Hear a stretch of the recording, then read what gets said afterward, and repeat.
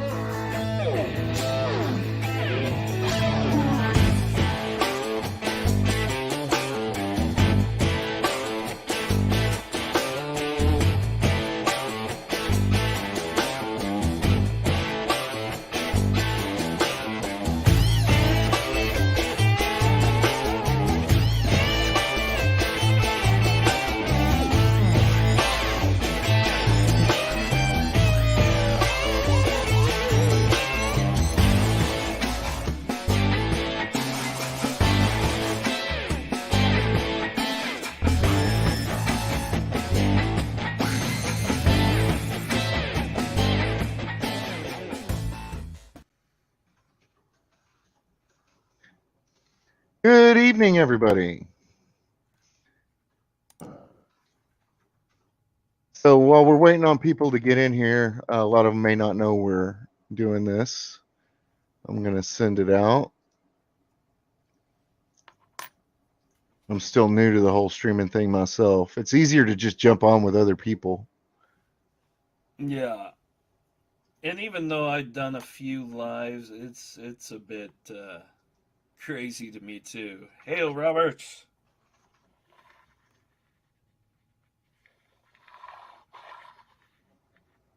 Welcome. Okay. All right. So let me share my screen.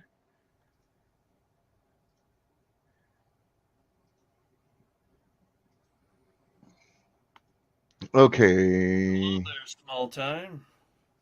Let's see if I can make it a little bigger here. There we go. Maybe that'll work a little better. Yeah, it's a lot better. Okay. Hey guys, how y'all doing? So while we're getting ready, I know a lot there was a lot of people that may be joining us tonight that hasn't that wasn't here last weekend. So let's go over what we did last week first, and then we'll go ahead and we'll do that while people start showing up. So the idea, I believe, Robert helped come up with the idea, right? Or was that all you, Jay? Well, you started off by going online. And when you went online, you looked up some news articles. Yeah. And that kind of energized the whole thing and kicked it, Yep. so to speak. And then I said, well, for some reason, I'm getting ideas about Native Americans. Yep. And so then from me saying that, that's when we started just combining our ideas. And then Robert Right. came in and Time Prophet came in and a Right. few others in the chat started joining in. Yep. So let's see.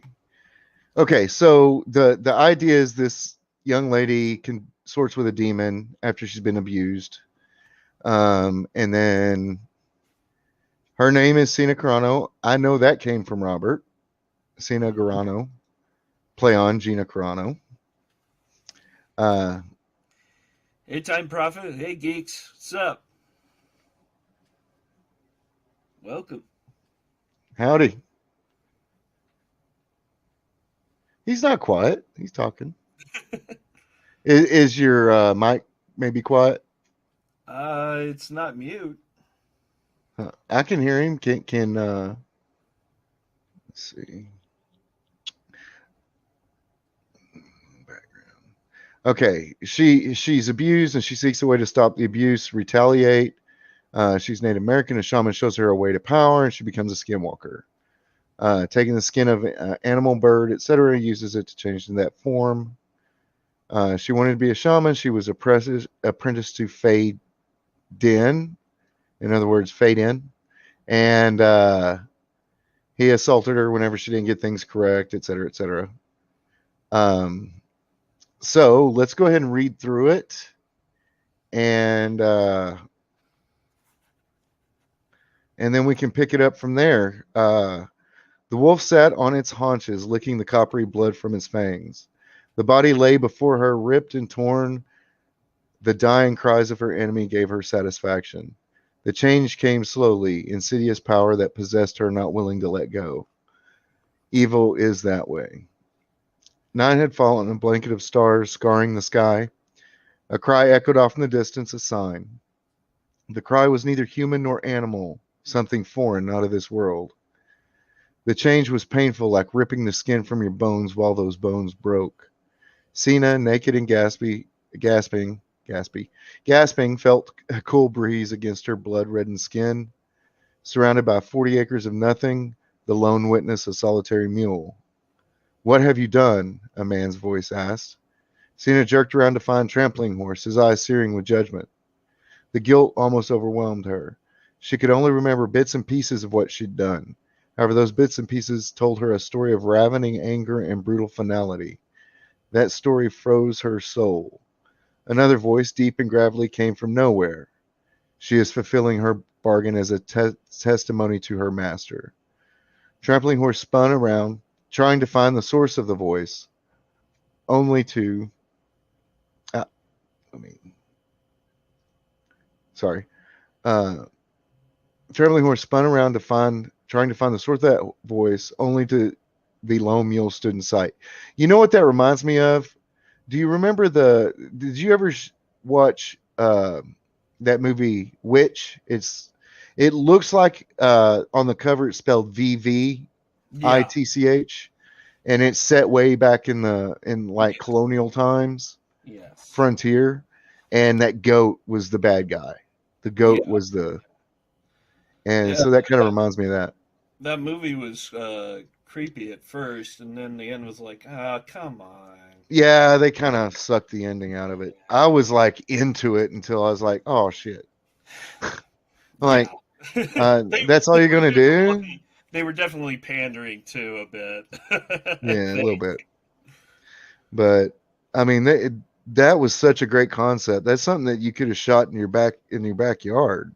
Oh yeah, yeah. You know, um, Definitely a lot of practical effects in that film. There was a lot of good, like dark, emotional parts that if they had just gone with that, it yeah. would have been good. If she would have at the end was fun. It was just that there was nothing more. Yeah, It was just yeah. like, that's it. That's all you're going to give us. Good actors too. Yeah. Oh Good, yeah. Very good actors. They kind of embodied the time period it was trying to portray. definitely. So that's what that reminds me of. So it says here, Time Prophet says, I can't hardly hear Jay, but I can hear Jack clearly. Huh. And Just a Normie says, I only hear him on one side of my headset. Time Prophet says, Jay, it is the same problem you had on Mongo Stream. I'm going to try something real quick. Okay. I'm going to adjust my volume and tell me, you guys in the chat, tell me when it starts to sound better. Testing, testing. Can you hear me now? You hear me? Okay, good. That sounds a lot better. Awesome. Yeah. So I'm not showing myself today. I got a little sunburnt out at the lake this morning. So uh, Boy, is his face red. I'll tell you what.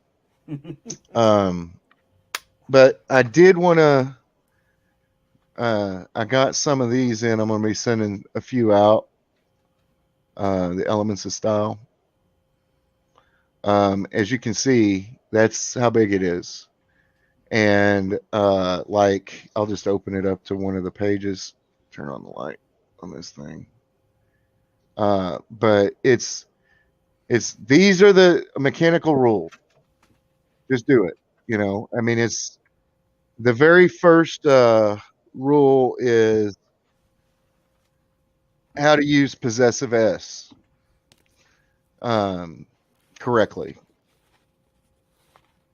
Even if there's an S at the end of a word, and if you want to make it possessive, it still needs to have an apostrophe S, no matter how it's pronounced. Right. Things like that. And then it goes into the second chapter and third chapter about the style, English style, the way it's supposed to look on the page. Like,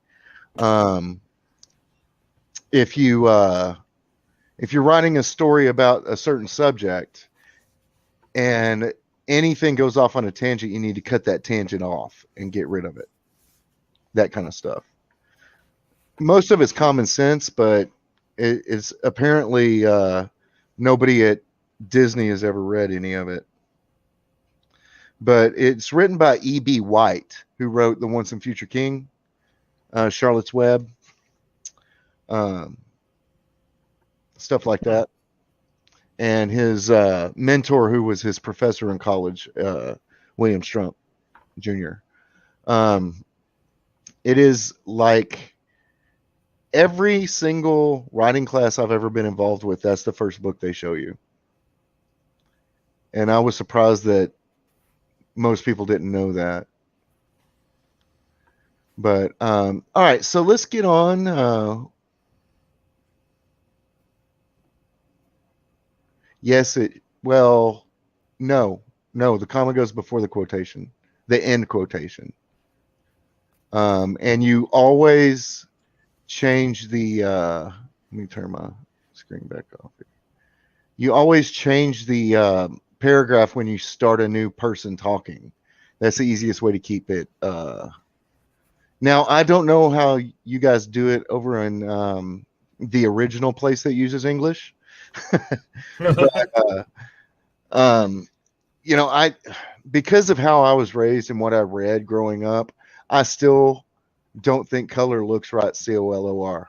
To me, color has to have OU in it.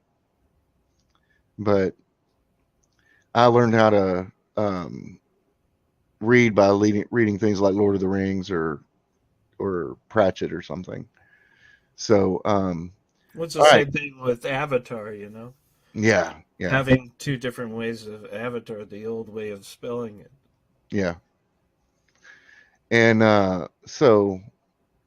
but yeah, I mean, you always put the comma and the punctuation before the end quotation, unless you're continuing, um, unless it's a quote inside another quote. If it's a quote inside of another quote, you use an apostrophe instead of quotations. Um, and there's another thing that a lot of people don't do that.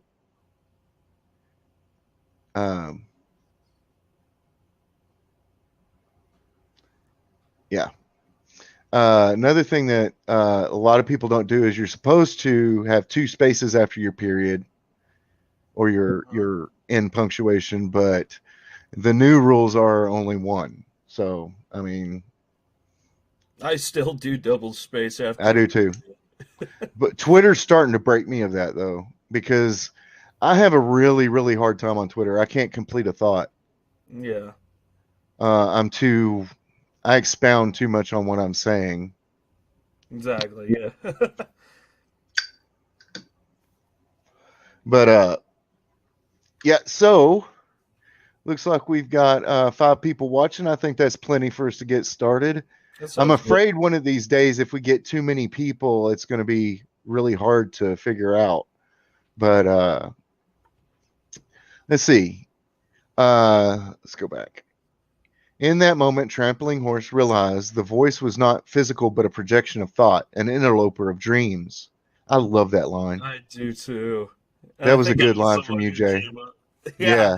Yeah, that was yours, I think. That It is is done, Sino whispered. Indeed, the voice tolled like an ominous bell.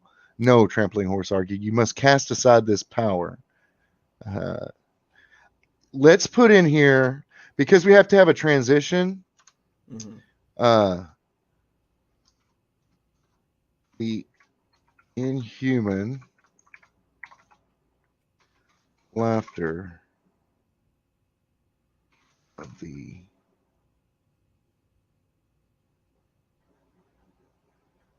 detached voice faded away.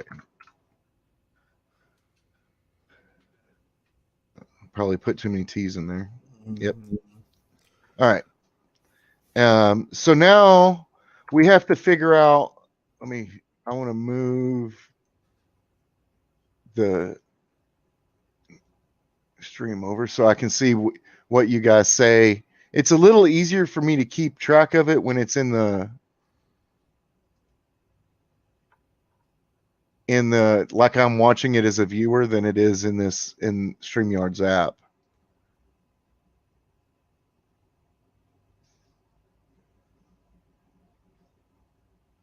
Yeah, well, small time, it's not supposed to be a generational thing. It's a rule. But I also learned how to type on a electric typewriter. You know, those big things that look like suitcases. Yes. And they sounded like clonk, clonk. Yeah. And there was a reason for it with those things.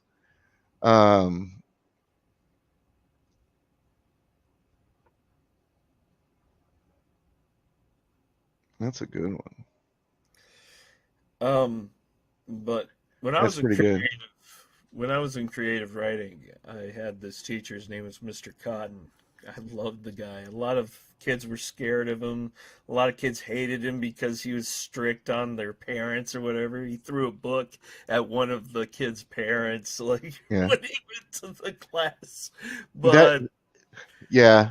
But I loved the guy, and he said one thing he always said was, "You never put an and at the beginning of a sentence." So it just stuck with me. Whenever I put a period, I just don't put and or but at the beginning of the sentence. There are specific times when that is necessary, especially in dialogue, because people speak that way. Oh yeah. Dialogue, the rules don't apply really, because you're trying to convey accent, you're trying to convey somebody's intelligence, you're trying to convey all kinds of things. However, a what they call a subjective sentence can start out that way, and it's not something you want to use a lot. It's actually against the rules to use these, like after they saw the mule walk away, comma, they did blah blah blah, right? You don't want to do this because you're putting a subjective you're making it passive. You're making it passive voice, like there's no action here. You're qualifying everything they do, right? Yeah. A lot of people think it sounds smarter, and maybe it does, but in order for the action to move, the story to move, you have to, rather than doing it that way, do they did X, right? Or X happened. You want your action to be at the forefront. So it's Exactly. active voice and not passive voice. It's another way of saying show don't tell. Yeah. For example. And that's what I was always taught too. Yeah. Yeah. And I mean, you read a novel, it's never going to follow the rules. That's one of the things that my generation lacked, in that we got grammar from first grade until we were seniors in high school, but we only got literature as juniors and seniors. Yeah. Right? So we didn't understand, and that's where a lot of people did start having problems, was when they tried to apply all these grammar rules to traditional literature. And then, of course, you get to your senior year, you're doing nothing but Shakespeare, which throws every rule out the window, because that's Shakespeare is technically a different language. It's Old English. So I kind of qualify it. Just about everybody here in this community has read a fantasy novel, right? And they always refer to the ancient tongue or the old tongue. And that's what Shakespeare is for us. It is our old tongue, our ancient tongue. I mean, if we were to get transported back into the Middle Ages, we wouldn't understand a thing they were saying. Definitely not, no. Because Shakespeare's English is still understandable because it was at the end of that period, the Old English period, before it started evolving a lot faster. When gosh, when I was in high school, they had me read Edgar Allan Poe, A Cast from Amontillado, and Right, I didn't understand a word of it the first time I read it. I hated it. I hated how my brain felt afterwards right, until I reread it, and then I was like, "This is genius. I love it. I understand every bit of it." Once I slowed down and tried to use my comprehension, then I actually enjoyed it thoroughly. right. And the same thing with Homer, not Homer Simpson, by the Yeah, way, yeah. Odyssey and yeah, Odyssey. the And Iliad and yeah, Odyssey. I had to read the Odyssey and I had to read the Cask of Amontillado. Right. And my head hurt so bad because I just wasn't slowing down and I wasn't taking in what was in it. Yeah. Sorry, my dogs are bothering me. They every time I go live, they start bothering me. Story man, the Time Prophet says you're too loud and I'm too quiet. Wow. I don't know how to make myself.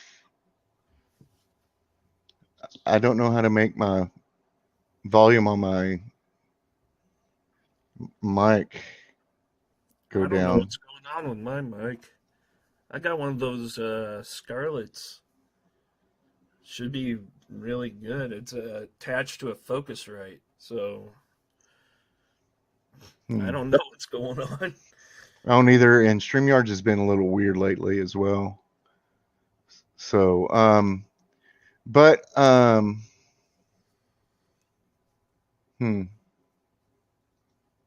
Let me uh, let me switch to my headset mic real quick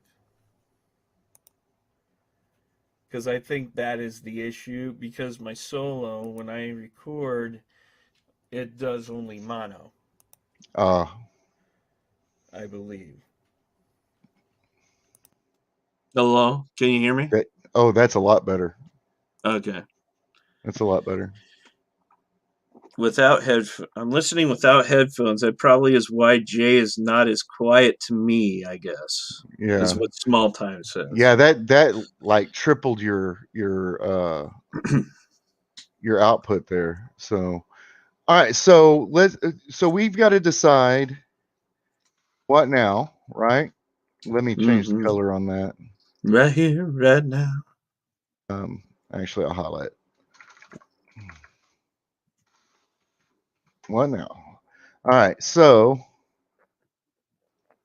here, come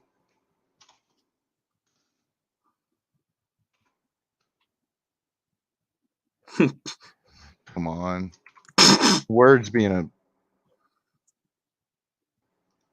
Uh, Just a normie says, "Hey, sexy."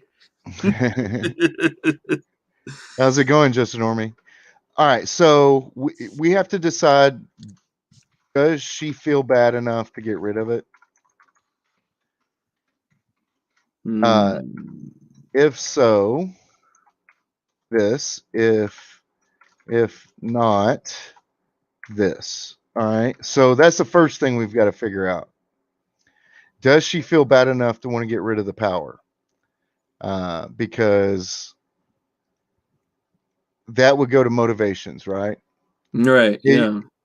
is it something that it, being able to change into other things, being able to basically kill and be powerful for a girl who's been abused, would that be too seductive, or does she feel guilty? Would she feel guilty enough to want to get rid of it altogether? Oh, I believe she's on the edge.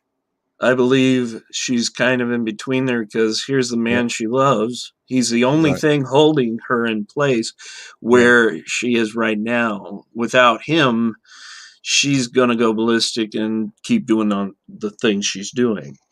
All right, so let's do this then, and I'm going to leave that up there. I'm just going to highlight it. Robert says keep it. Her hate keeps her Yeah. going. And that's pretty good. And a lot of stories, the Well, there should be at character, least an argument, right? right. A lot of stories will have characters who say things like, "My revenge was the only thing that kept me going." Yeah. But from experience, and I'll tell you this: for me, revenge and hatred are kind of a sickness. What they Mm-hmm. do is they blind you to other people around you, the ones who are more important. So if she is going to live on this hatred, then that would mean that she's blind to the man who's more important in front of her. She's blind to the person who loves her the most. All she's hearing in her ears is this demon. So this can be the conflict, right? Mm. So does she want to give it up or not? So this could be the main conflict of the story. So when we're writing a short story, and I always had a hard time. Who wrote this? Well, let's see. The Time Prophet, Jay, uh, Brandon, Robert. Robert. The community did. I'm just Hmm. adding. I'm just cleaning it up as we go and offering suggestions. That's what this is about. Is the whole community is coming together.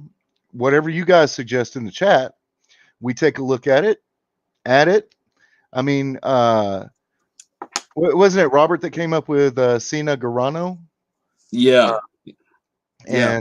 And the Time Prophet added a couple of really good lines in there, and um, I like what he's saying right now, though. Time Prophet says she could be blind or she could have a total clarity of evil. right, And when you look at history, when you look at a lot of the prophets, they were blind. yeah. So do this, give it up. Um, look at gun power. Just, It can be for used for right. yeah, Isn't that how most people would approach it? Look, I've got this power. I did something bad with it, but maybe I can use it for something else. yeah, definitely. I like that.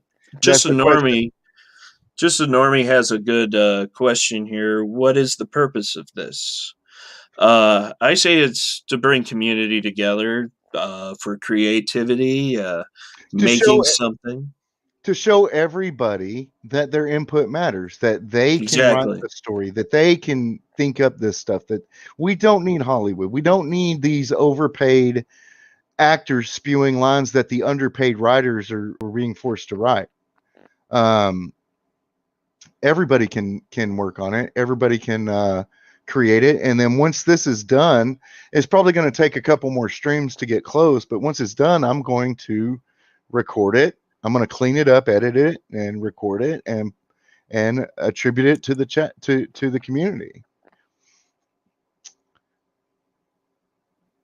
A side effect of her power, Robert says, is that she can absorb the sickness of others and heal from it, but it leaves a scar.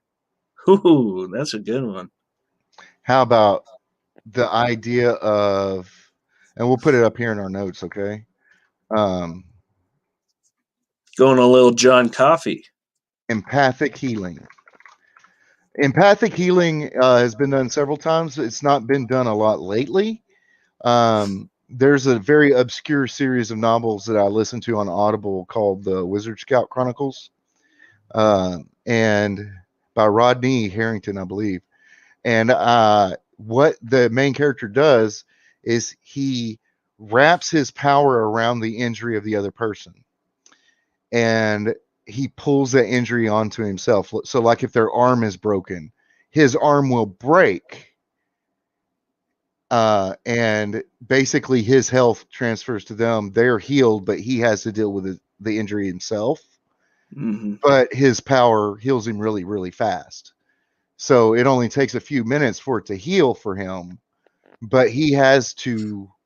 That's the drawback, right? He has to experience the pain. Like if somebody's shot in the heart with an arrow and he tries to heal it, he's going to get a hole in his heart. Yeah. That could kill him before his power heals it. Is that basically what you're saying, Robert? Is that kind of close to what you're talking about? That's what it sounds like. I mean, that's actually a really good concept. I wouldn't have thought yeah. of it was. I love that idea. Because it gives you something good, but there's a price. Yes. So anytime we want to do something, just like her power to be able to shapeshift, it makes her dark. It makes it a dark thing because it's an evil power, Mm-hmm. so to speak. I don't believe power is necessarily good or evil. It's what you do with it. Yeah. Which is probably what this is going to turn into. But because we said at the beginning, we wanted to turn her into a superhero kind of story. So it's like it comes with great responsibility, Right. Yeah.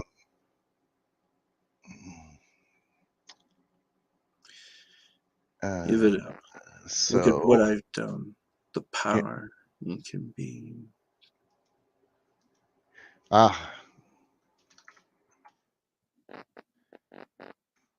to get off this reservation, get out under the thumb of the that owns the casino. Mm-hmm. Oh, I'm sorry. I shouldn't do that.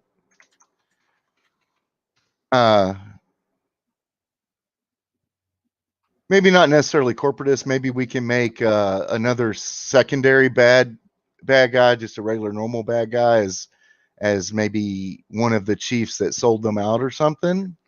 Yeah. Oh, definitely. That'd be good. Yeah. Yeah. This name just popped into my hand.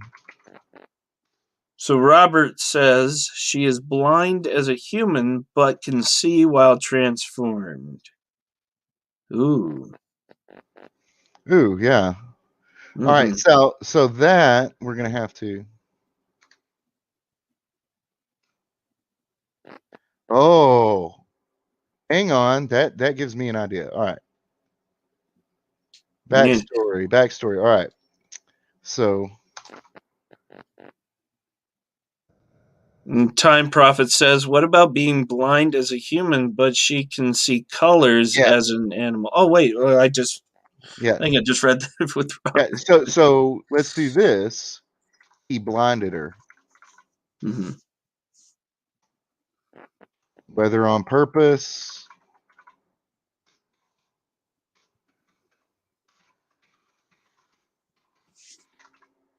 All right. It's H. Yeah.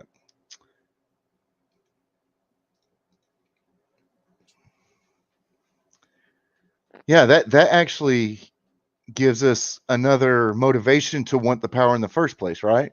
Yeah. Yeah.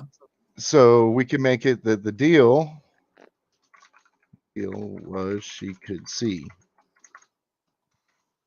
and the power to take down her enemies.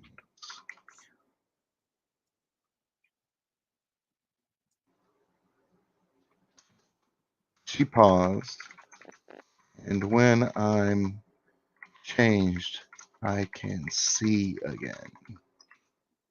Yeah, that would be a motivation not to give it up, right? Yeah. That's a good idea, Time Prophet.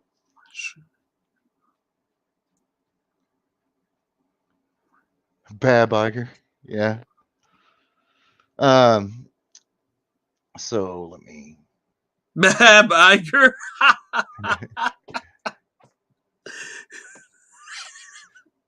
That's good. Oh wow. Yeah, that's good. Well, yeah, well, that would depend on what form she's in, right? A skinwalker can be a bird, even. Sense of smell. Nice. Yeah. Yeah. Can be a bird. It basically takes on that animal's senses. You're right. But she doesn't know. I mean, this is new to her, so she wouldn't know. We got to be careful. That's one of the problems I always run into is I look too deep into it, which you do need to do sometimes. But when you go back and edit it, you got to cut out all that backstory that's not necessary to the story, right? Like, we already know she's new to this, so we don't have to explore absolutely everything that's new to her. Just show an example like this, like give it up. Look what I've done. The power it can be used to get us off this reservation, to get out from under the thumb of Samuel and the casino. And I don't know. I know this used to be a trope. I know that it's kind of that way with the Choctaw Nation because my grandmother was, my step grandmother was full blood Choctaw. That's their main income. Yeah. And every member of the Choctaw Nation can get a job if they're a quarter or above. And most of them end up working in the casinos. I've been thinking of what? That's funny. So if she becomes a dog, she will have the power to lick her own. Yeah. Clean herself up there. Yeah. Right. Right. All right. So that long tongue.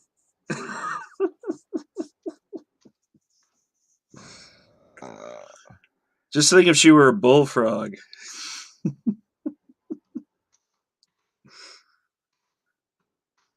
traveling horse looked into her now milky eyes and shook his head.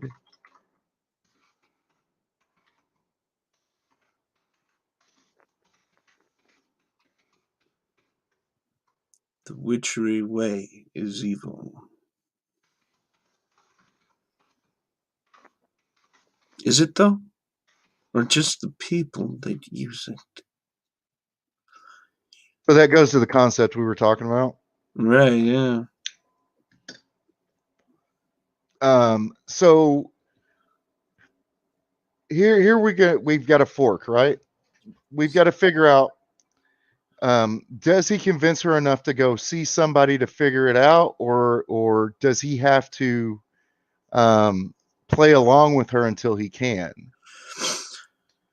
Yeah, that would be a good thing there. I think he might play along with the whole thing. Oh yeah, in Alabama. Hmm? Small Town was saying that the Choctaw Nation is a big deal in Alabama. Oh. I just know the reservations in Oklahoma. So that's where most of them ended up after the Trail of Tears. I had to take both Texas history and Oklahoma history because of how I moved around when I was a kid. Nighttime Prophet. Good night, sir. Thanks for staying up so late. We really appreciate your input. It's great hearing from you. Absolutely. So I keep going through the line in my head and I can't complete it. I can't think of what to put after it, but the start of it would be why give up what? And then I can't seem to, and it has something to do with her. What I've searched for my entire life. Ooh, there we go. There we go.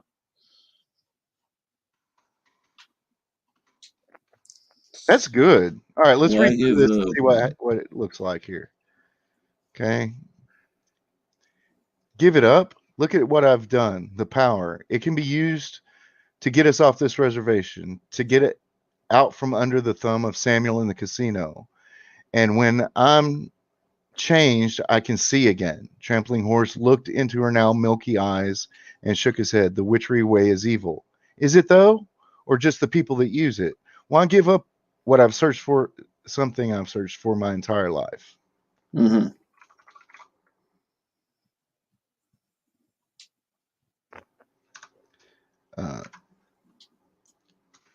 Even though he knew she couldn't see him, he raised. And Jay, keep an eye on the chat for me. Okay. Because their ideas are usually a lot better than mine. Okay. Even though he knew she couldn't see him, he raised his hands in mock surrender. At least come with me to see, what was his name? The other shaman, the good shaman. Oh.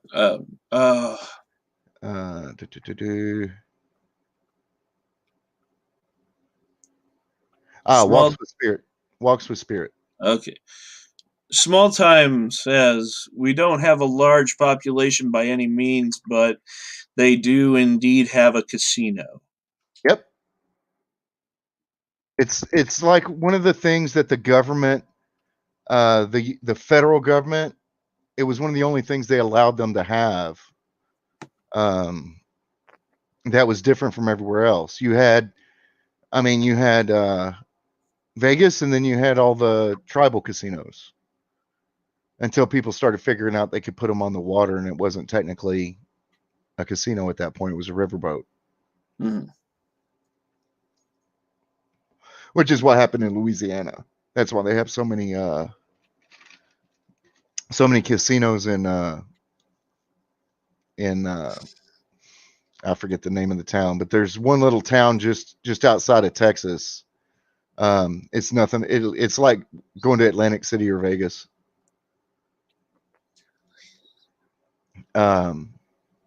But yeah, and here the Choctaw Casino is, because they allowed investors to come in. It's pretty much corporate owned, and basically the Indian Nation is working for corporatists again. Small Time says, I promise I'm not trying to get you guys off course. Oh, no, not really. I mean, that it's part of the process. You have to Yeah. brainstorm. And knowing these kind of things, like I didn't know that there was a Choctaw tribe, part of the tribe in Alabama. I had no idea. I thought they all ended up in Oklahoma. But it makes sense. On the Trail of Tears, some would have fallen by the wayside, right? Right, yeah. Or hidden out or whatever. And that's what it's all about, too, is talking about these things when you go in for whatever you're writing. Talk, come up with different things before you actually go into the nitty-gritty of it all. Especially since, after this, in order to have anything you write, I don't care if it's in space, underground, complete fantasy on another world, it still has to ring true, right? Mm-hmm. Yeah. We know that water falls from the sky when it rains, unless your world that you created has a different rule. But then you have to explain that rule. So it has to make sense, yeah. Right. So what I typically do in these, and like I did with the Texas Ranger story I had, is I went and I did a little bit of research, at least surface level, to make sure, hey, am I putting it in the right time period? Did they actually do this kind of stuff, or did it come later or earlier? That kind of stuff. So, before you produce a story, you always want to go and make sure that you're not just making up something that you may have heard about and misinterpreted or whatever. And you don't have to spend a lot of time doing it, but enough to go, okay, I got a couple places that are saying this. I'm going to run with this. If somebody criticizes it, I'll say this is where I got it from, and be educated. it's part of the reason I have so much useless information is because I feel it's necessary to go back and research what I've written or what I'm about to write to make it at least sound true. I mean, if you're a plumber, you can write a magnificent space opera where the main character is a plumber on the ship, and it will ring true Yep. because plumbing works a certain way, and everybody knows how it works in general. So that's the kind of thing when they say when you write you need to tell the truth, that's what they mean. Yeah. Make sure that what you're saying, especially from a scientific or a physical law standpoint, it's correct to your mythos. I hope that makes sense. I may And have been it, smoking a little. no, it makes perfect sense. And the thing is, there's that old saying, write what you know. And it's very true in a lot of There's cases. actually two parts to that saying, and people don't get it all. Write what you know, and what you don't know, look up. Exactly. There you go. Uh, But when you're watching something like Star Trek, yeah, that's science fiction, but you look at the technology is it and though? Is it or is it prophecy? I uh, mean, they're walking around with iPads the whole time. yeah. I mean, look at all the In the technology; it's early very '90s. similar. In the '90s. Yeah, I mean, and the original Star Trek had flip phones. flip phones. Yeah. I was gonna say So, that. Yeah, so and you know that's the thing.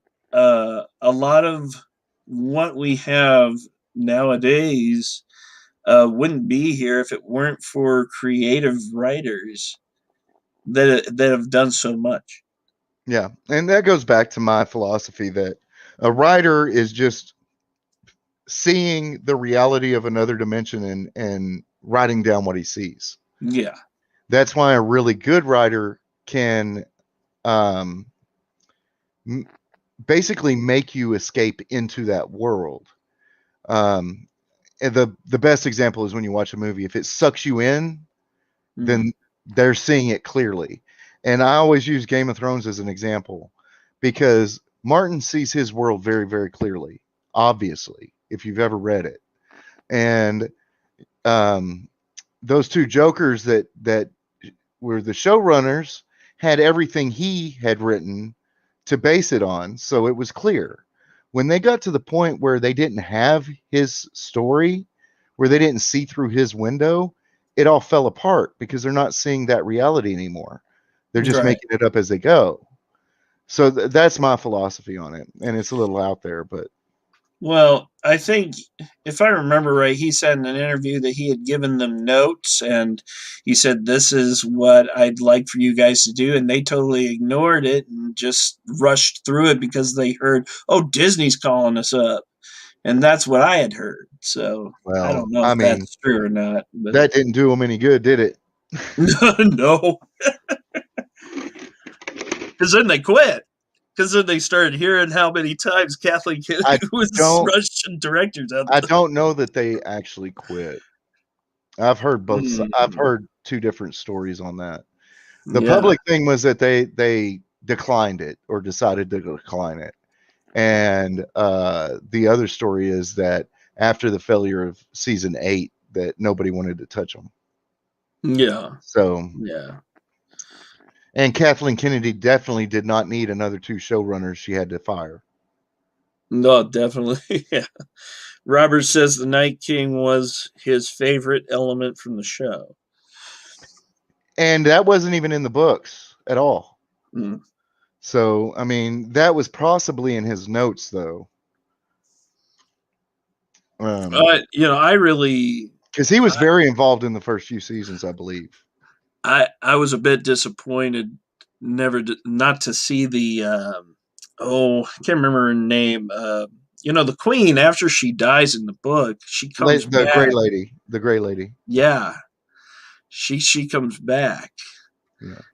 And it's kind of creepy. And I'm like, dude, you had gold right there. You could have used that throughout the show. You could have had another villain come in there. That would be great. All right. So, do we want this to turn into an argument, or do we want her to just, okay, I'll at least talk to him? I think we should make this a very much internal struggle. Okay. Do you know what I mean? Yep. We need to find a way to somehow describe her internal struggle on what she is feeling, what she wants to do, and yet here's this guy here. She loves him. She trusts him. That's the thing. She's got this inner turmoil that says, "Yeah, here's a big old thing of candy here. You can do a lot of stuff with this." But then on the other hand, here's this one thing. This guy who loves him very much, so she's being torn, and internally, she's got to make a choice, and she's very hurt, I think, at this point. And somehow we need to bring that out. How about this? The craving.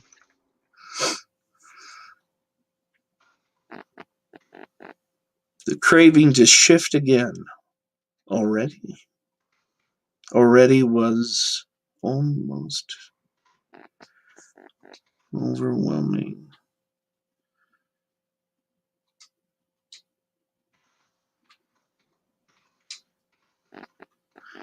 She began to shake her head and remembered the blood. For mercy.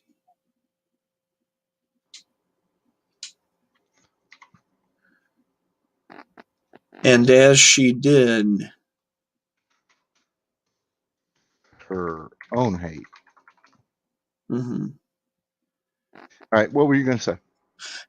However, as she did, memories crept in. Memories of trampling horse. Other memories.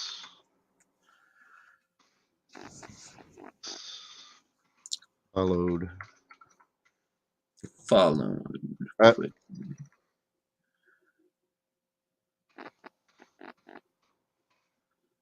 Followed on the heels of the first.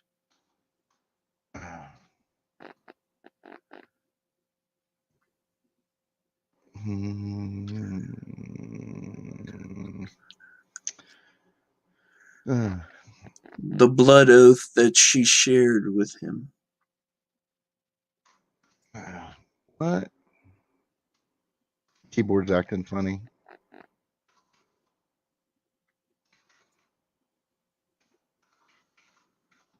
Oh, the oaths she shared, yeah. Or she made to.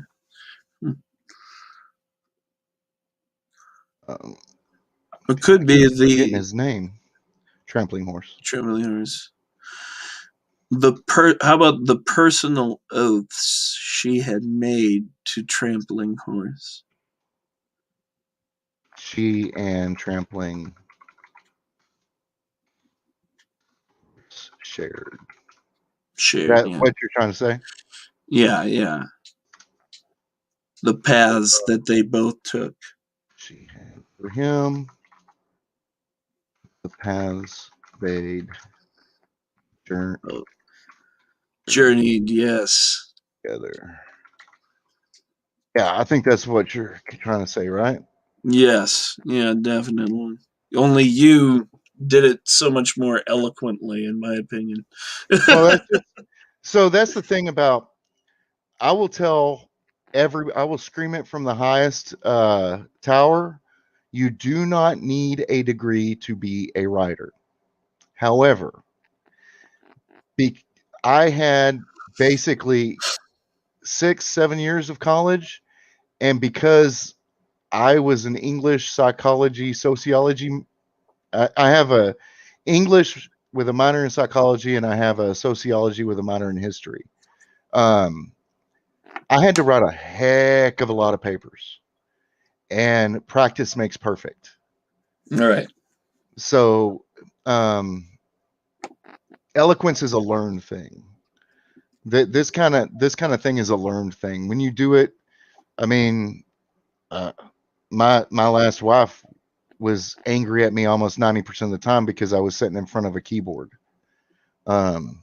It's really hard to do, to have a relationship and do this kind of thing, because you have to have somebody that's very, very patient and can pull you out of the clouds without being angry about it.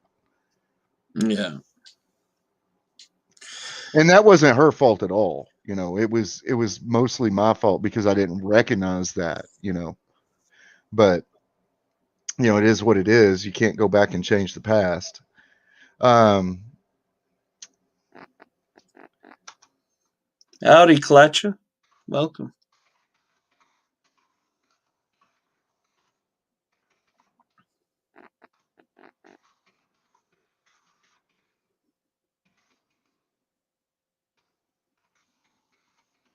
Okay. How's that? She said, why don't we do a description here? She said weakly, or what would you, feebly, maybe, or Tone, feeble. mm-hmm. Because we don't want to use adverbs if at all Mm-hmm. possible. Mm-hmm. You do it naturally anyway, but action, you want to describe the person, not the action. Yeah.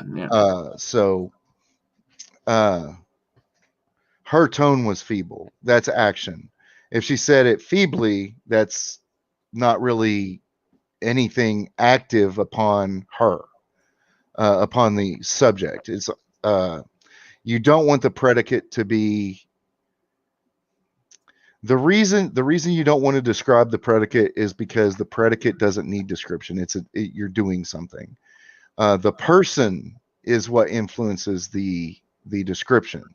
So an adjective on a subject is a lot different than an adverb on a predicate. Yeah. God, I haven't thought about this since I was 20. Because after a while, it all becomes natural. All right, let's see. Okay, so when she allows him to lead her away, what about the demon, the donkey?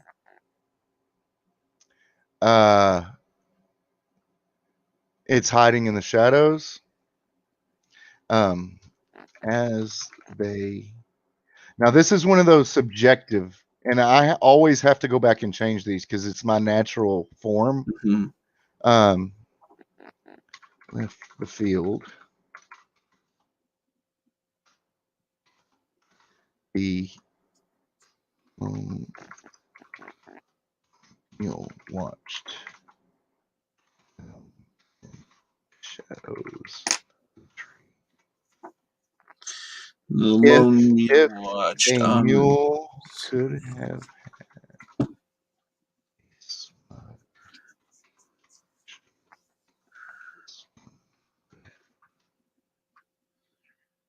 If a mule could have had a smug expression, this one would have.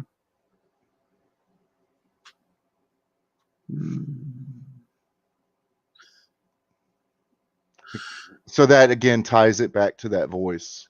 Yeah. As they left the field, the lone mule watched them ominously in the shadows of the shade. That's another adverb, Jay. Oh, shoot. I see when I get lost, I don't always think about it. Well, most of the time you fix that in editing. Yeah. Just like I'm going to fix this line here as an example here in a little bit. This subjective line, right? Yeah. even I have to find, have to catch myself, Yeah.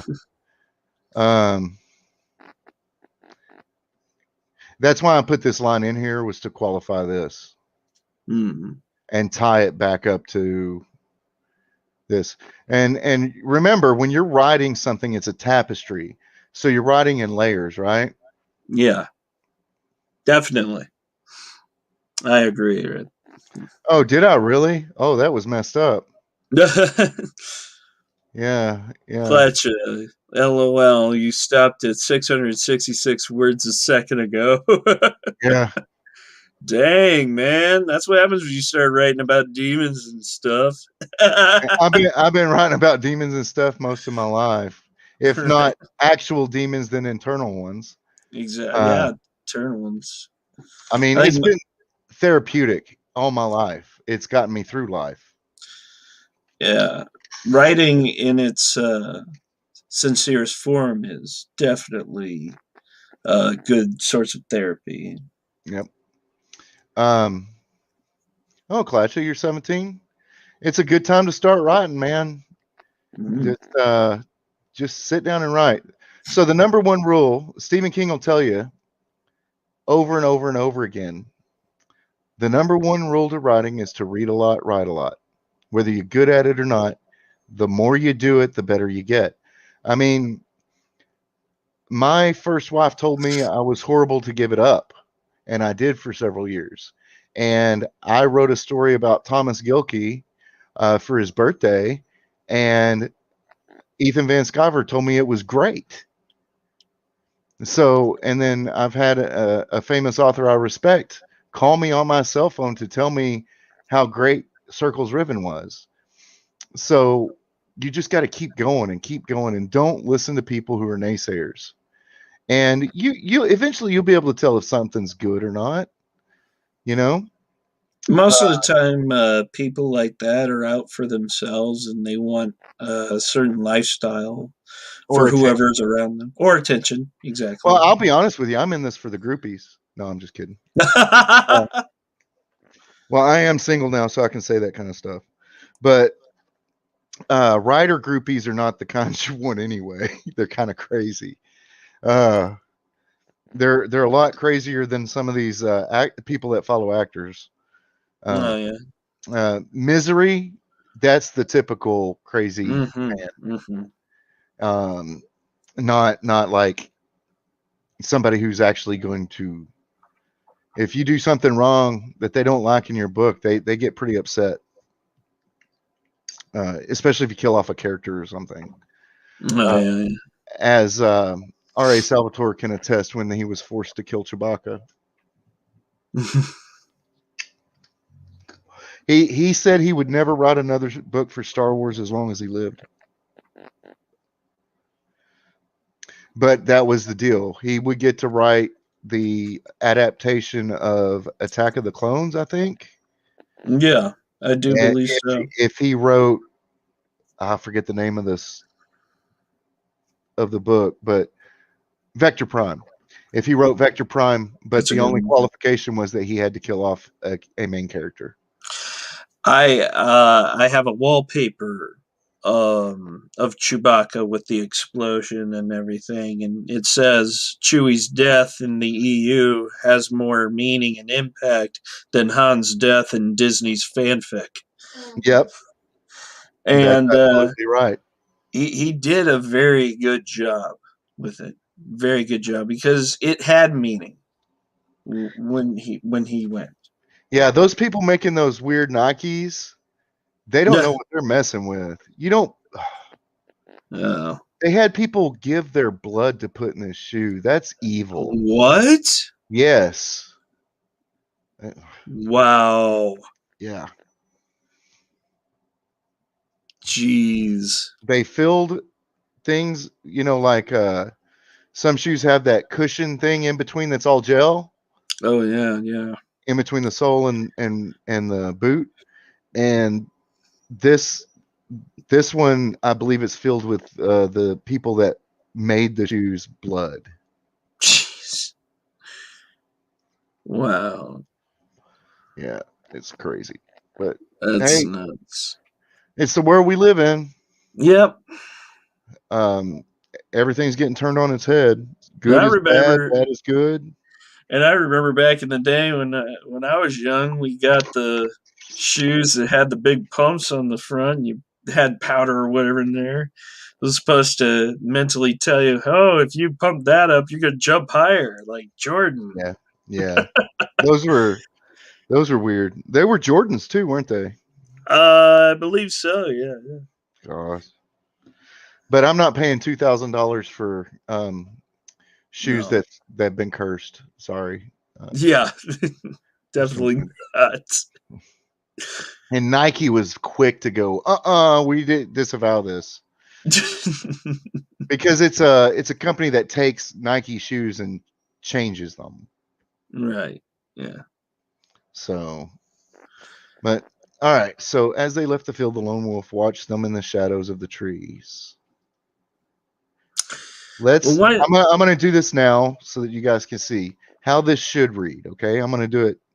I'm gonna highlight this, and then we'll do it from here, down here, and the lone mule, the pair, leave a from the shadows. The lone mule watched the pair leave the If field from the shadows of the trees. um, eh, if a mule could um What if it's like if it could, and then go from there? If it could express. a smug sense. Oh wait, never mind. Not what I was thinking. I had a different thought, and then it didn't turn out the way I wanted. All right, so let's read these two, and then you'll see what I'm talking about. As they left the field, the lone mule watched them in the shadows of the trees. If a mule could have had a smug expression, this one would have. As opposed to this one, the lone mule watched the pair leave the field from the shadows of the trees. If the mule could express a smug satisfaction, it would have.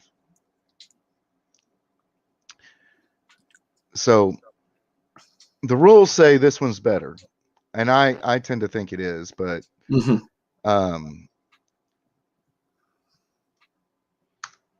that's. I mean, I'm not trying to hold a course on writing, but it's just my natural state, you know. Yeah, Um, no problem there either. I mean, it's definitely something. It's entertaining too. You learn something. oh, absolutely, Robert. Absolutely. We'll do a full blown superhero story and make it a kid next time. How's that? Ha. How's that? In fact, let's put it up here. Or we making an animal.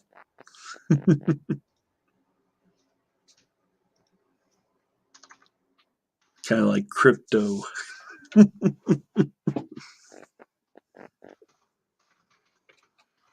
That's what I thought of as soon as you said that. Oh, crypto the super dog. And then I'll highlight that one in red. So, let's see. Unfortunately, it's probably going to take us another episode to complete this one. Right. Definitely. Writing is not a quick and easy process. Says who? No, I'm just kidding. I have one of those voices. I just saw this. I just have one of those voices. I also have one of those. Just slapped. I also have one of those faces. So my accent. I know you guys can tell I'm from Texas. However, I try very. I tried when I was younger very hard to lose it, and it's only recently that it's come back because I'm spending a lot more time with my family. My family sounds like Christy from According to Christy. Hmm. Hey y'all, how you doing? I mean that's just how they talk.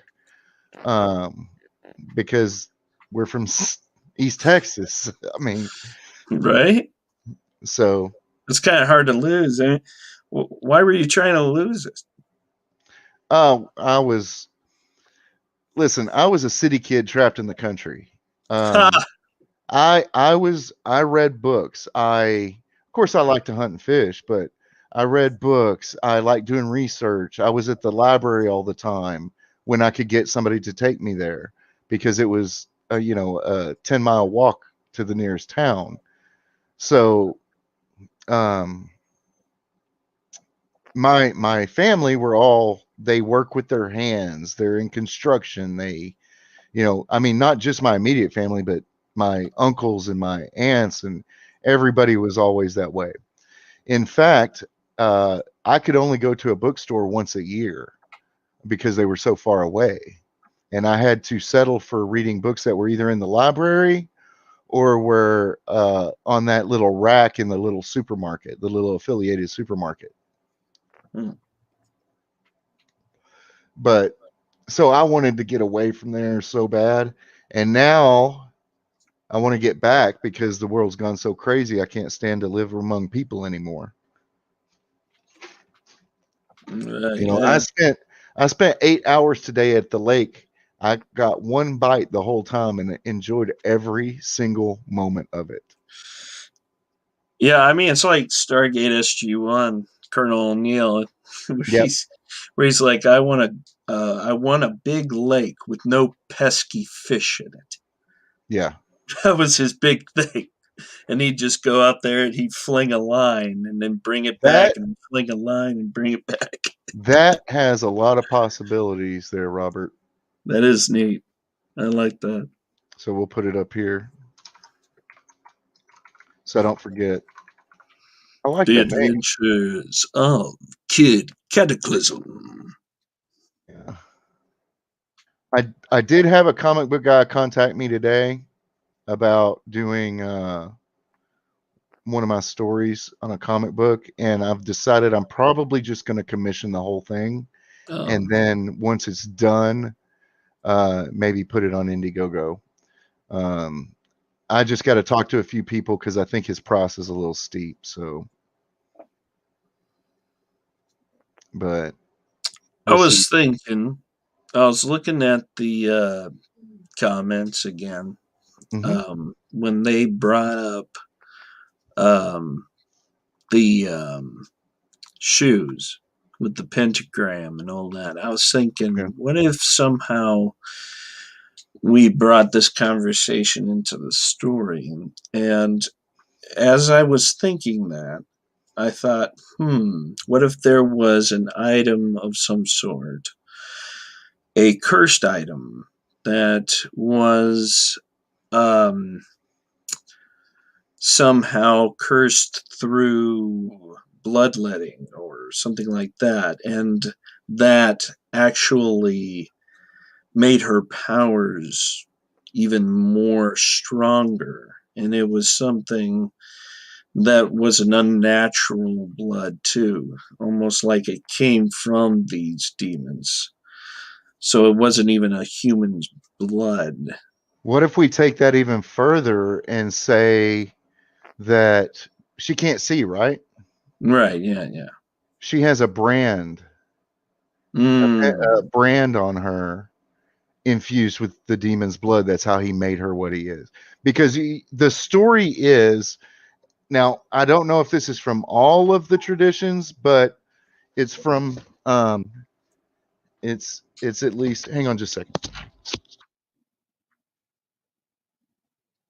Yeah, he'll be back.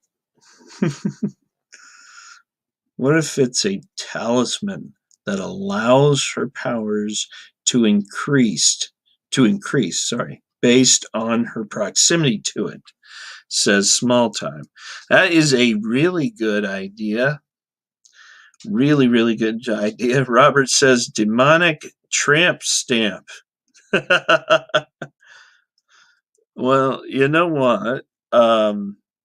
There's a portion in the Bible that says they will Sorry, know you by. that's kind of what I was thinking. But yeah, and then that way there has to be some sort of something they have to do to remove it. Yeah. Right. Kind of like, Mark of Cain, and in the Bible it says they'll know you by your mark,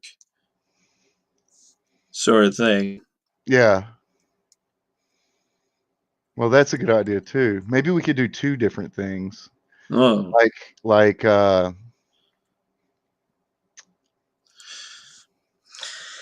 Yeah, and I read that while you were gone too, and Robert, of course, is like demonic tramp stamp. well, we can also fit a talisman thing they have to go find and destroy as well. Right, yeah. All right, so let's put this. I know it seems like we're making a lot more notes than actual story, but that's the process, really. All right, let me.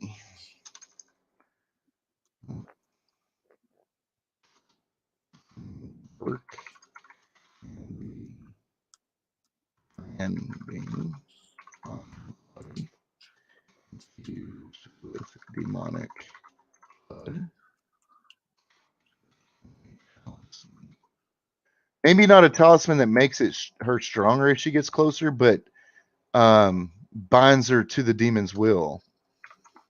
The talisman was a lock upon her soul that could not be unchained by Mortal means. Yeah. That means is better. Yeah. Anytime you can do alliteration without being stupid about it, it's really good. Mhm. It gives a kind of a, just from a style standpoint, it just makes it seem smoother. That's why I like this Kid Cataclysm thing, because it's alliteration without actually being alliteration. Yeah. Definitely. All right, so I'm going to go back up here, and to keep things separate, I'm just going to put everything in yellow. No. Yellow. That hurt. That hurt. It really hurts. Actually, not. Maybe a darker yellow. Yeah, That'll work. That way I can keep the notes separate. Yeah. And then here we'll copy.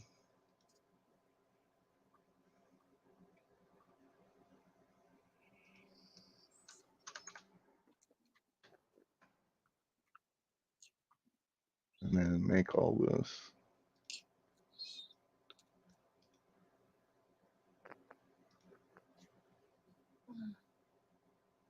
Oh, I must have caught that by accident. Purple. Delete. All right. That way we don't lose track of our notes, right? Mm-hmm. I'm glad you guys are getting to see the process as well as actually thinking up crap, I mean, because the process is actually just as important, and it takes a lot more of your time. It's real easy to come up with an idea. I mean, people will argue with me on that, but I come up with ideas all the time. The problem is the process. And sometimes it takes a lot longer than others. This is going actually pretty good. Let's read what we've got so far and see where we're at. We're about halfway through the stream. So the wolf sat on its haunches, licking the coppery blood from its fangs. The body lay before her, ripped and torn. The dying cries of her enemy gave her satisfaction. The change came slowly, the insidious power that possessed her not willing to let go. Evil is that way. Night had fallen, a blanket of stars scarring the sky. I still love that line, Jay. A cry echoed off in the distance, a sign. The cry was neither human nor animal, something foreign, not of this world. The change was painful, like ripping the skin from your bones while those bones cracked. Sina, naked and gasping, felt a cool breeze against her blood-ridden skin. surrounded by 40 acres of nothing and the lone witness, a solitary mule. What have you done? A man's voice asked. Cena jerked around to find Trampling Horse, his eyes searing with judgment. The guilt almost overwhelmed her. She could only remember. Now, we're going to have to change this a little bit because it's from her point of view and she can't see. Oh, yeah. So Sense. Yeah, and we'll do that later. But this is, again, part of the process. You're thinking up stuff that affects past things. You got to make sure you tie it all together. And that's happened to me before too, where I've written one thing and then sometimes I've forgotten that I wrote it a certain way until I go through and read it again. Right. So at this point, we hadn't decided that she would be blind, right? So we'll have to go back and change that. She could only remember bits and pieces of what she'd done. However, those bits and pieces told her a story of ravening anger and brutal finality. That story froze her soul. Another voice, deep and gravelly, came from nowhere. She is fulfilling her bargain as a testimony to her master. Trampling Horse spun around to find the source of the voice. Only the lone mule stood in sight. Master, he demanded in an engulfing voice. In that moment, Trampling Horse realized the voice was not physical, but a projection of thought, an interloper of dreams. That's a good line, too. And I think you did that one. Yeah. It is done, Cena whispered. Indeed, the voice told like an ominous bell. No, Trampling Horse argued. You must cast aside this power. It is and always has been of evil incarnate, the witchery way. The inhuman laughter of the detached voice faded away. Give it up? Look at what I've done, the power. It can be used to get us off this reservation, to get out from under the thumb of Samuel in the casino. I keep wanting to say culture casino. Anyway, she paused. And when I'm changed, I can see again. For those of you just joining us, that's where we started here. And we decided to make her blind as a result of the abuse she suffered. And when I'm changed, I can see again. Trampling Horse looked into her now milky eyes and shook his head. The witchery way is evil. Is it, though? Or just the people that used it? Why give up something I've searched for my entire life? Power over my own destiny. I think that sounds better. But also remember, she can't see. So I think my thought process was, this thing had given her sight. Why would she give it up so easily? I think that was one of the things I was thinking too at the time.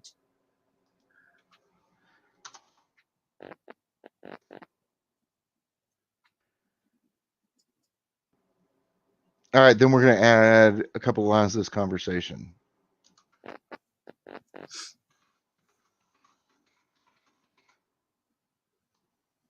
You not understand, she demanded. Can see the gold of the morning light, the green of the clover, and the blue.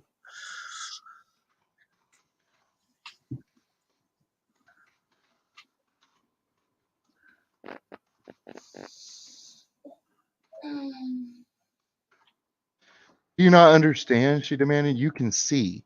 The gold of the morning light, the green of the clover our animals feed upon, the blue of the sky marred by imperfect white clouds. I keep hearing something like, I can't even see you, my own lover. Right. And she'd be very angry about this. Let's give it some gravitas. Yeah. She paused, taking a deep breath. And reached for him. Cannot even see the one I love most in this life. That's better. Do you not understand? She demanded. You can see the gold of the morning light, the green clover our animals feed upon, the blue of the sky marred by imperfect white clouds. She paused, taking a deep breath, and reached for him. I cannot even see the one I love most in this life. I'm not crying, it's my sinuses. That's pretty good. That's pretty good. It's powerful, is what it is. It's very, very powerful. That's pretty good, I think. What do you guys think in the chat?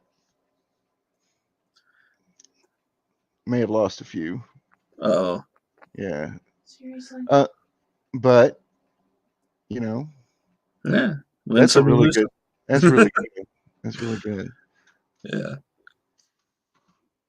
I think it's great. It's definitely coming together nicely. Walks with Spirit was his name, right? Mm-hmm.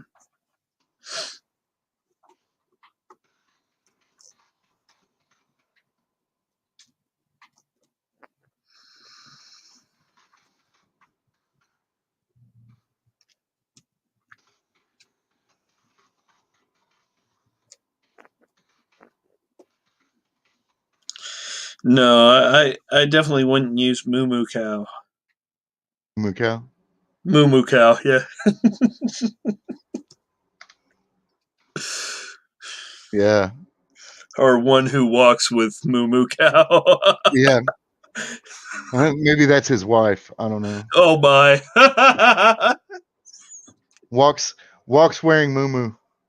Walks wearing Moo. I think that's my ex-mother-in-law's spirit name.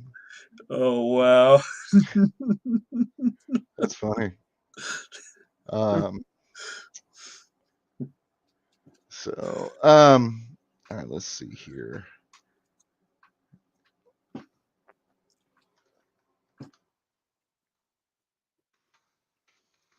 It's worth all I may lose. Even me, she doesn't answer.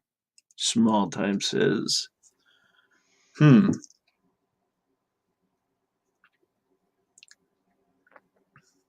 Is there some way we could use that? Yeah.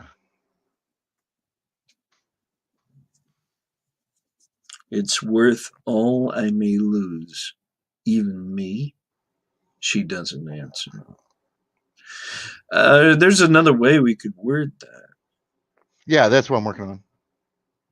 Is it worth? Is it worth all? Is it worth all you? Is it worth anything you could lose? Even me? She didn't answer him. That's the way I interpret that.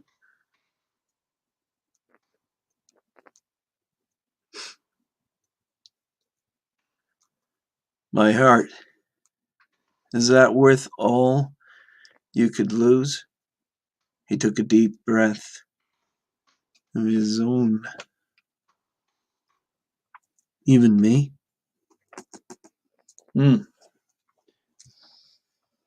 Nice.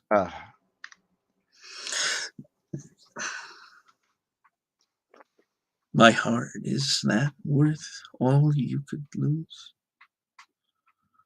He took a deep breath of his own. Even me?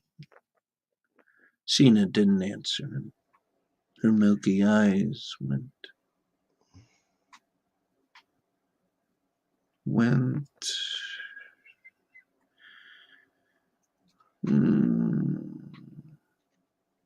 narrowed?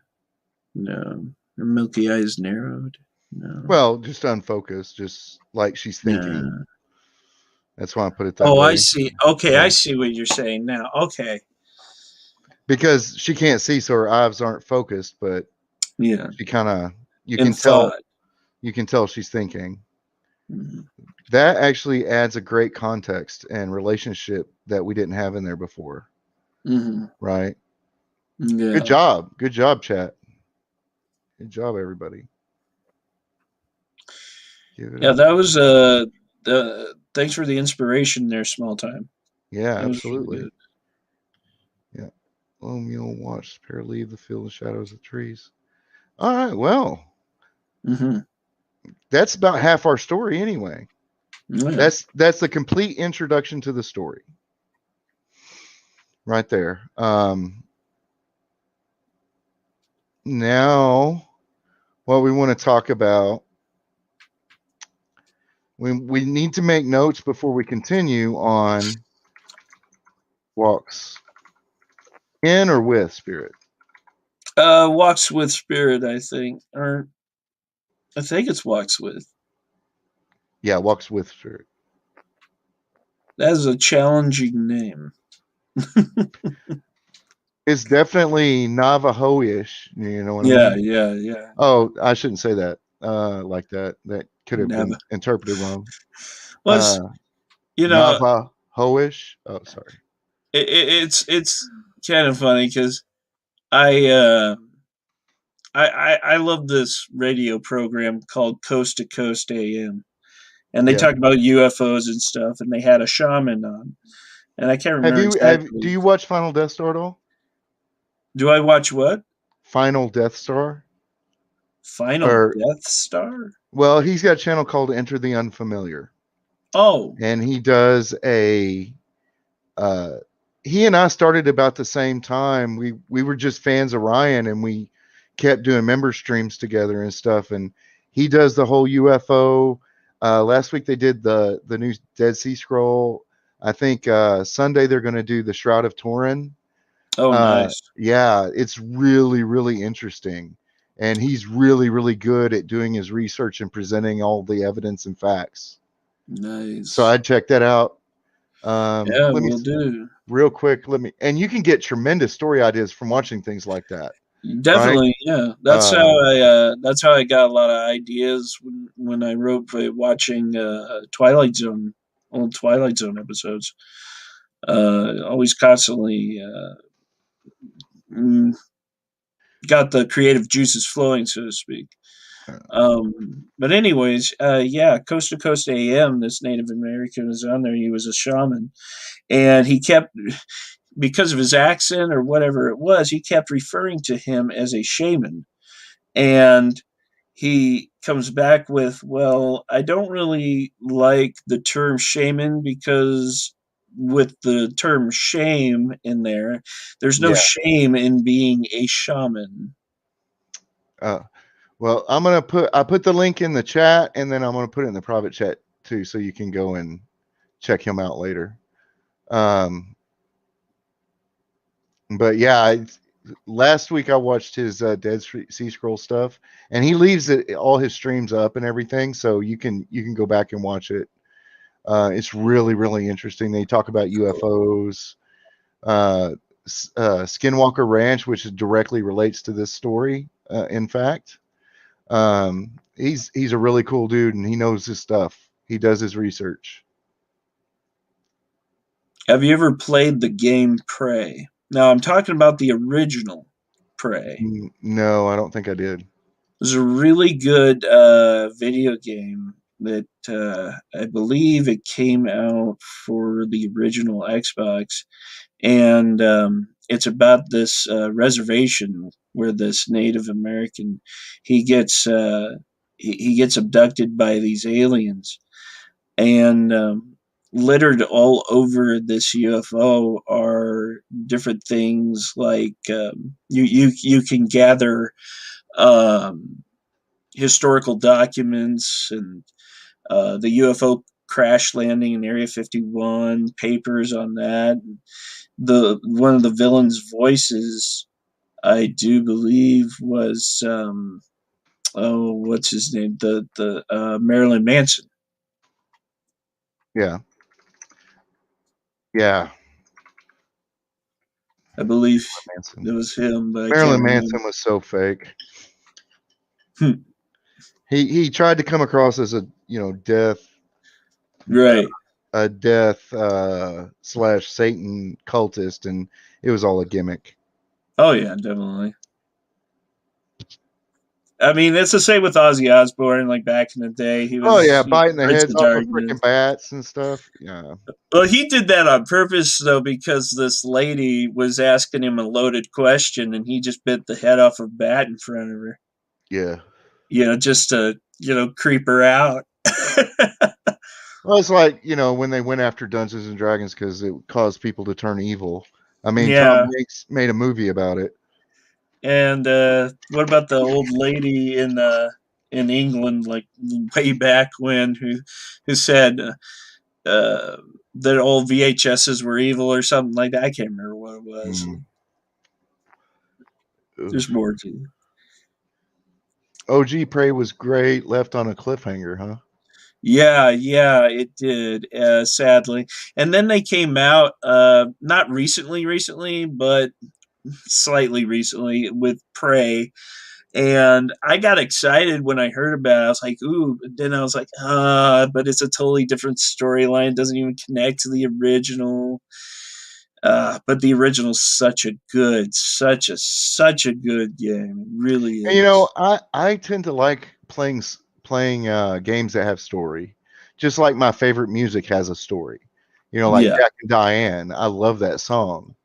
Uh, probably my motto song, if I could ever buy the rights to use it, would be "Here I Go Again," White Snake.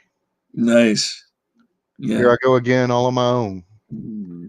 walking down the road always known. Small Time says they went after Alice Cooper years ago because someone in the crowd ripped a live chicken apart or something like that. You Yeah, know, the fans are always crazier than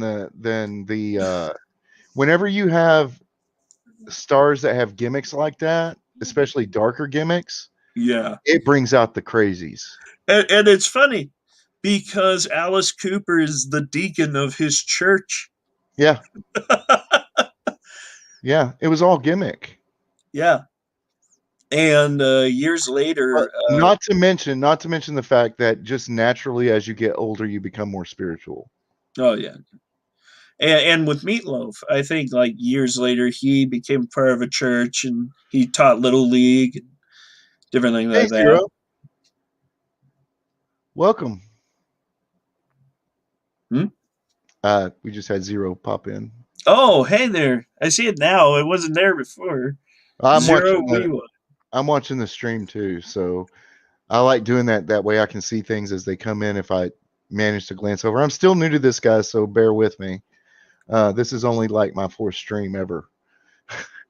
I'm much more comfortable going to other people's channel and making sure I got my microphone on so I don't say something stupid. It doesn't always work, believe me.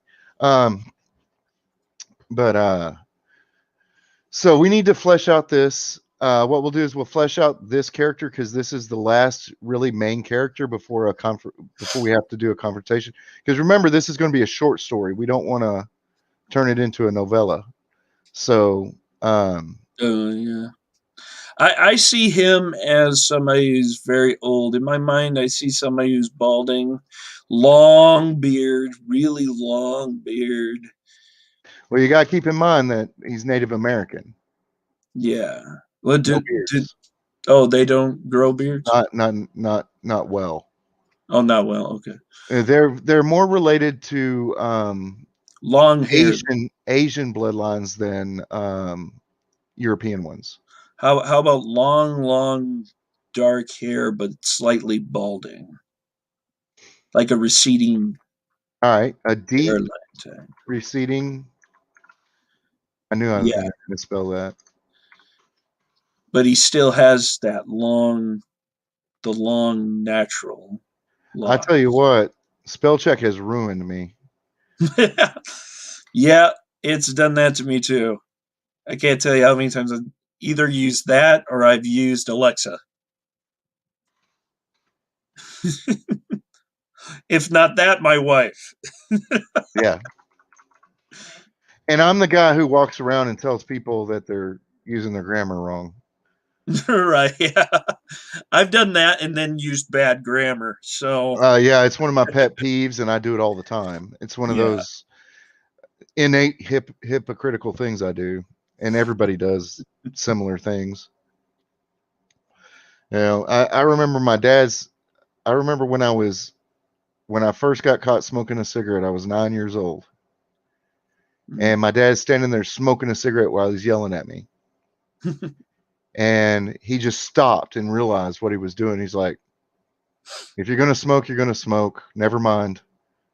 And then he made me sit there and smoke a whole pack of cigarettes in front of him. So yeah, that is how I've been smoking Correcting since I was people is 9 years fun. old. Yeah, Zero says correcting people is fun. it is. It is. However, I come across as very arrogant when I do it. So one of those know-it-all things that goes to my self-esteem, though. So walk with spirits. I mean, maybe he's really stern, like He's old school. somebody. Exactly what I was thinking. Very old school. Somebody from way back in the day, Traditional. with they'll whip your rear end if you get out of place. He is much older than he looks. Yeah. Maybe the shaman could have a creaky voice, yet also be physically imposing. Oh yeah. That's a good one. Oh yeah. Small time. That's a good idea. Old Definitely. man. Freaky. Hold it right that time. Because I'll tell you what, there are some really old people in this world who have pretty good physical strength. You know, my grandfather, the World War II vet, he was never in his younger days. He seemed pictures I've seen. He seemed pretty imposing, but looking back on it, he was probably a little bit shorter than me and a little bit lighter than me. But he always had this presence, this gravitas to him. There, you didn't mess with the dude, and you knew it as soon as he walked in a room. Everybody knew it. Strangers knew it. Everybody knew that you didn't mess with this guy. He would as soon as kill you as look at you. And sometimes it's just a look. Yep. That's it's all. Just the way he interacted with people. Not mean necessarily, but don't mess with me. You know? My dad, he with all the experience he had in the Navy, and then being head chef at Denny's and owning a bar and all sorts of stuff. When he became a reverend, he'd be in his office and he'd call you in for whatever it was. And sometimes he'd just sit there staring at you, trying to make you feel intimidated or whatever, just for the heck of it. He's like, okay, you can go now. We can make him his presence. Was intimidating as well. Yeah, definitely. You knew not to cross paths with him. Most respected man in the community. How's that?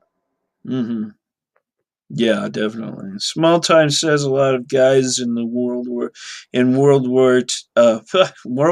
I generation had hands like vice grips, even if they weren't large men.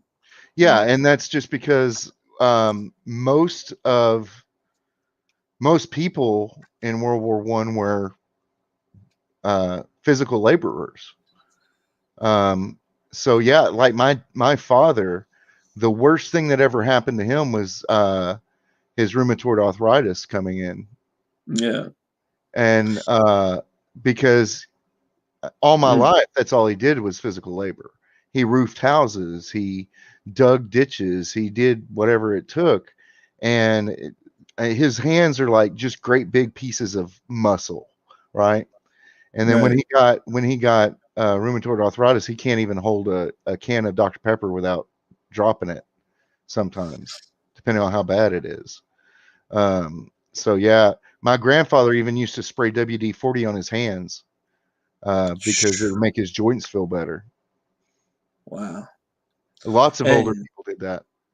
And my dad, he always told this tale about back when he was in the Navy. There were a couple of guys at a bar brawl. There was a big, burly, muscular guy, and then the other guy was he was a little person, and they're at this bar and they're starting fights with people. And this is in Greece, by the way. And you don't want to be starting something that's out of your country, because then you'll be in their prison and America can't really do anything about it. So dad's trying to get them back to the ship, and they put the little person in a straitjacket. Well, he breaks right out of it. Well, Breaks right out of it. you know, I went to, when I was in Saudi, I went, I think 3 times. Because we only go for 6 weeks at a time. One of the times I went to Saudi was during Ramadan, and we were in town eating, and there was another group of Americans. I think they were contractors, and I guess I don't know what you would call them, but they were religious fanatics that wandered the streets dressed in all black during Ramadan. I guess this one guy at the other table had looked up and met eyes with someone's wife or something. They dragged that dude out in the street and beat him almost to death. Wow. Yeah, I mean, it's a hard world. You got to respect other people's rules in their own countries. Yeah. I mean, I would expect them to respect ours. So, and we were told, I mean, we were told not to even, because our natural instinct was, get up and go protect the guy. He was an American, right? Mm-hmm. But we were told keep our noses out of it because we'd cause an incident. The world's always been a little crazy. Oh, That's yeah. a really good start to him.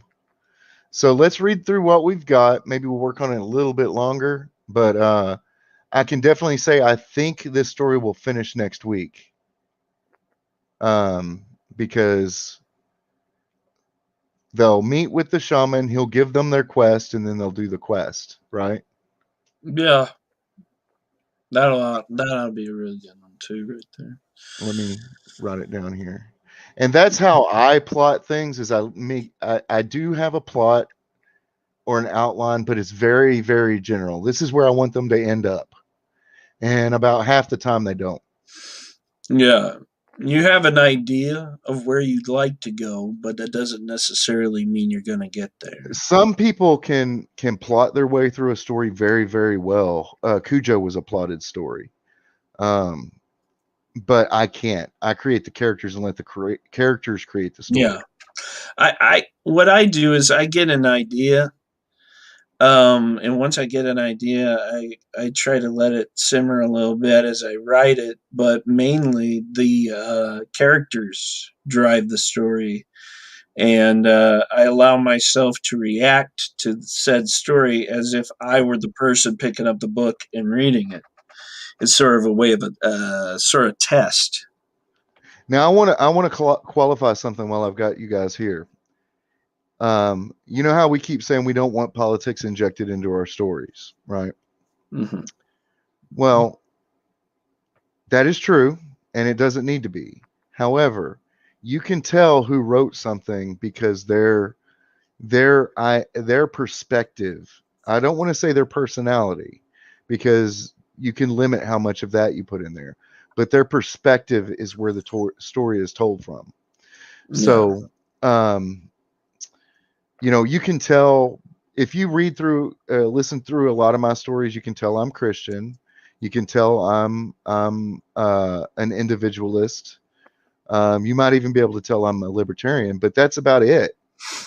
The characters don't reflect it, just the way I'm approaching the story does. And that's fine.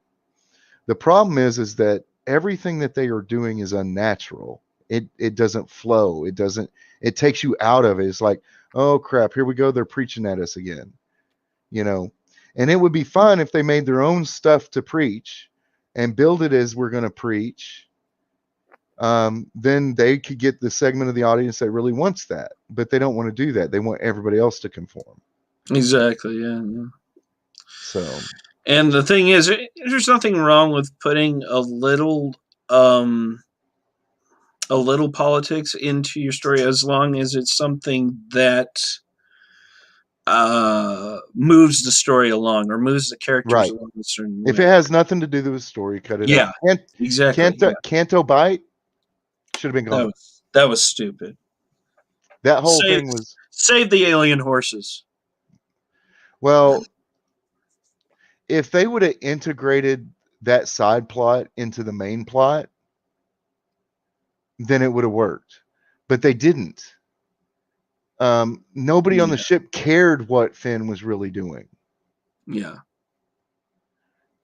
So, and in the end, it made absolutely zero difference. Yeah, exactly. Yeah.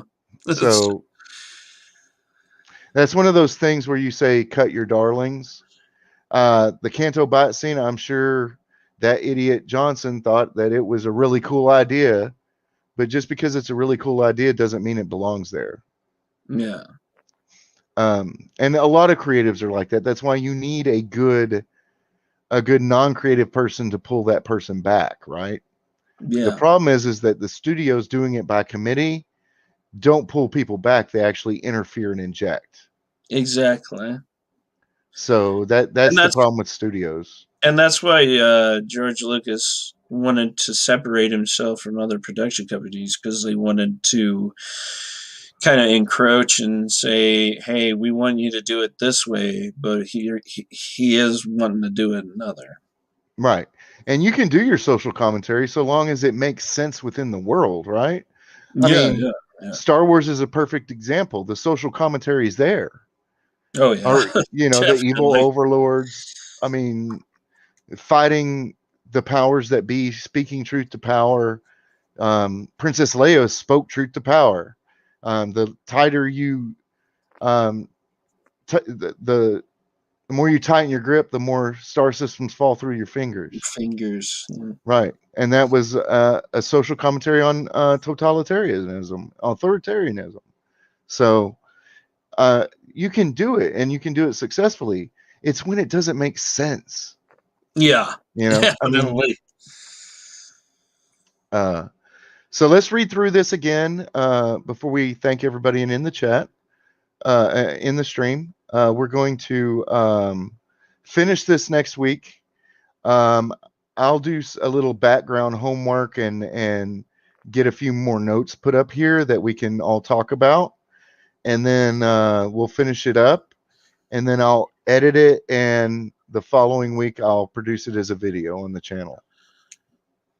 All right, so let's start. The wolf sat on its haunches, licking the coppery blood from its fangs. The body that lay before her ripped and torn. There should be a pause there. The dying cries of her enemy gave her satisfaction. The change came slowly, the insidious power that possessed her not willing to let go. Evil is that way. I'm going to probably change this line and make it more spectacular. Night had fallen, a blanket of stars scarring the sky. A cry echoed off in the distance, a sign. The cry was neither human nor animal, something foreign, not of this world. The change was painful, like ripping the skin from your bones while those bones broke. Sina, naked and gasping, felt a cool breeze against her blood-ridden skin. Surrounded by 40 acres of nothing, the lone witness, a solitary mule. What have you done? A man's voice asked. Sina jerked around to find Trampling Horse, his eyes searing with judgment. The guilt almost overwhelmed her. She could only remember bits and pieces of what she'd done. However, those bits and pieces told her a story of ravening anger and brutal finality, and that story froze her soul. Another voice, deep and gravelly, came from nowhere. She is fulfilling her bargain as a testimony to her master. Trampling Horse spun around, trying to find the source of the voice. Only the lone mule stood in sight. Master, he demanded the engulfing darkness. In that moment, Trampling Horse realized the voice was not physical, but a projection of thought, an interloper of dreams. It is done, Sina whispered. Indeed, the voice tolled like an ominous bell. No, Trampling Horse argued. You must cast aside this power. It is and always has been of evil incarnate, the witchery way. Give it up? Look at what I've done. The power. It can be used to get us off this reservation, to get out from under the thumb of Samuel in the casino. She paused. And when I'm changed, I can see again. Trampling Horse looked into her now milky eyes and shook his head. The witchery way is evil. Is it, though? Or just the people that use it? Why give up something I've searched for my entire life? Power over my own destiny. Even though he knew she couldn't see him, he raised his hands in mock surrender.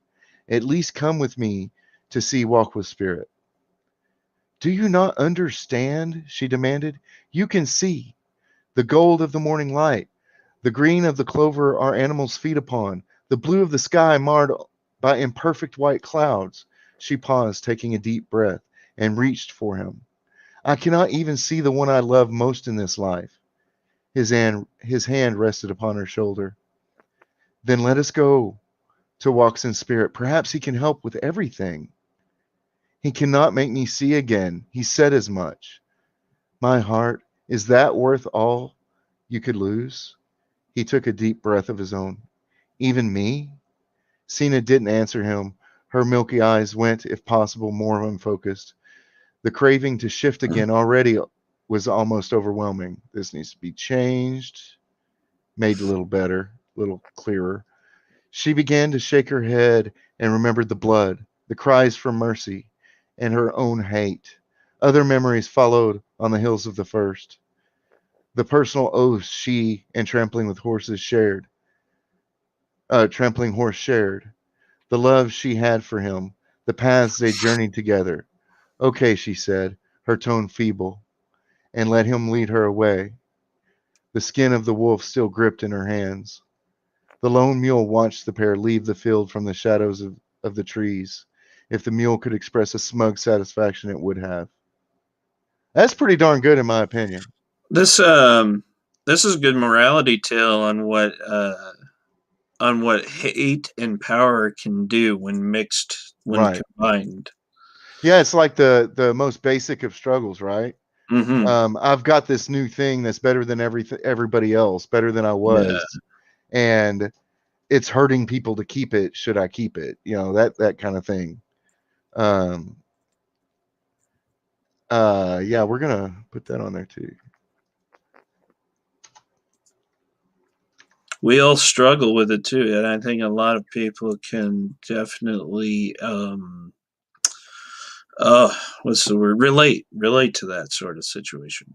Yeah, yeah, yeah. What do you guys think? Hey, Miss Fear.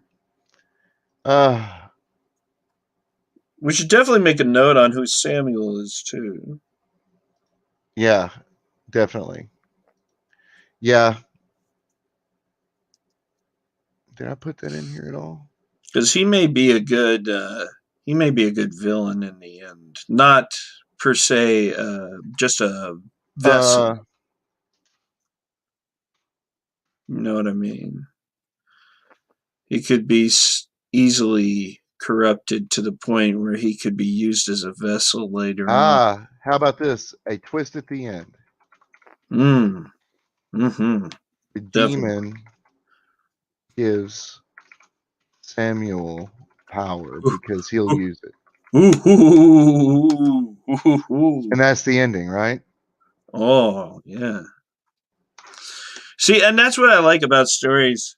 Um, if somebody can somehow cleverly put a twist into it, that's why I loved Twilight Zone so much, and I love anthologies when they have that good, solid twist at the end, that shock and awe that grips you and be like, "Oh wait, is there any more to this?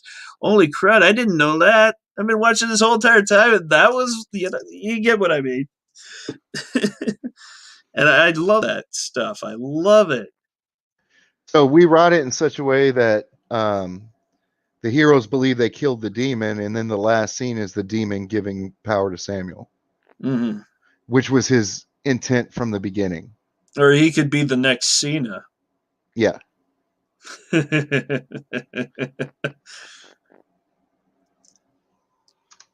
So John Cena.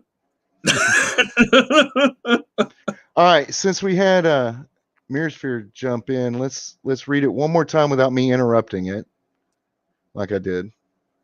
The wolf sat on its haunches, licking the coppery blood from its fangs. The body that lay before her ripped and torn. The dying cries of her enemy gave her satisfaction. The change came slowly, the insidious power that possessed her not willing to let go. Evil is that way. Night had fallen, a blanket of stars scarring the sky. A cry echoed off in the distance, a sign. The cry was neither human nor animal, something foreign, not of this world. The change was painful, like ripping the skin from your bones while those bones broke.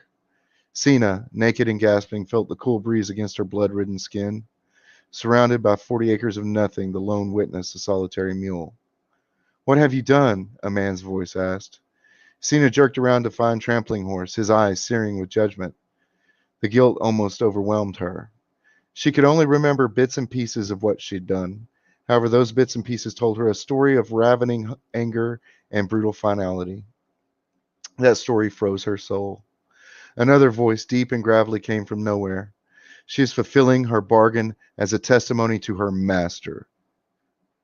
The trampling horse spun around, trying to find the source of the voice. Only the lone mule stood in sight. Master, he demanded in the engulfing darkness. In that moment, Trampling Horse realized the voice was not physical, but a projection of thought, an interloper of dreams. It is done, Sina whispered. Indeed, the voice told like an ominous veil. No, Trampling Horse argued, you must cast aside this power. It is and always has been of evil incarnate, the witchery way.